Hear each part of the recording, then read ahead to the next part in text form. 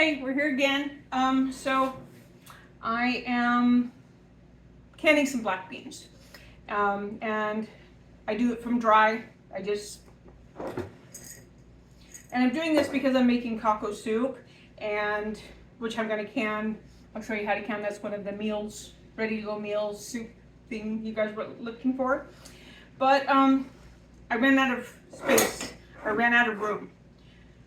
No, excuse me. I have extra room. So here's one of the things that I do. It's usually the opposite. While I'm canning meat, if I end up with an empty space, I'll throw in a jar of beans. But today we're canning beans and I have an extra can of space. Extra space. Never mind. You know what I mean. Okay, so this is how I do beans. So these beans have been rinsed and there's half a cup. This is a pint jar. That was one of the things that you guys commented that I lost my little spoon. Okay, spoon. One of the things you said to be sure to say what size jar is it. So I am using a pint. So this is how I do it. I put a little bit of garlic in. Sometimes I put onions too, the dried onions. I don't have any right this minute. And then just a little bit of salt. And then we fill it up. Oops, forgot something. So then I always use some sort of bouillon. And I happen to have some. This is just chicken soup bouillon. But what's great about chicken is you can put it into anything. So I'm going to add a little bit of that. We got the lid on, and this will go into the can. So I have room for one more. So what we're going to do is we're going to can some sausage. This is great for those mornings when you're in a rush and you need sausage, or you're camping. And this is how I do it. You want to get as much in the jar as you can. And this is just plain old plain breakfast sausage. I do a sausage, pepper and onion one that we'll do here in a little bit. And this is great. I use these all the time in the morning. Because everything's cooked. All I got to do is put it in the microwave and warm it up. There we go. Okay, so again, meat is done. I do meat personally in its own juices. If you want to, you can mix up a pork broth, vegetable broth, beef broth, and put it in on top if you want. But I prefer it this way. And so that's how easy meat is.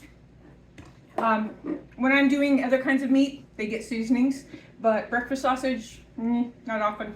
All right, so we're off and running. And that goes in there.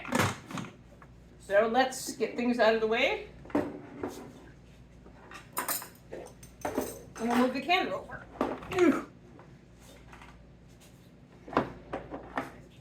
Sorry, I forgot to plug it in. Hold on a second.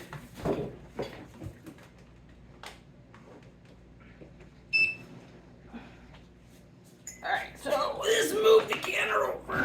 I'm gonna have to move it back here so you can see a little better. Okay, so let's come around here and line up the, now it's locked. Remember, we take that, there we go, it's locked in. So again, so you know, we are pressure canning, and we hit, oops, no, we're not water bathing, we're pressure canning. So that's, if you mess up, that's what you do. You hit the little X. So we're pressure canning. And how long? How long do we do meat? 75, 4 pints. And we push start. We insert the jar since we already did that. Now it's warming. So that's all for that. And we will wait for the buttons or for the beeps and move on to the next thing. So while this is warming up, I'll move it over a little bit so you can see me. For any of you that don't know, I am the owner of the original Canning Rebels. This is our 11th year on Facebook.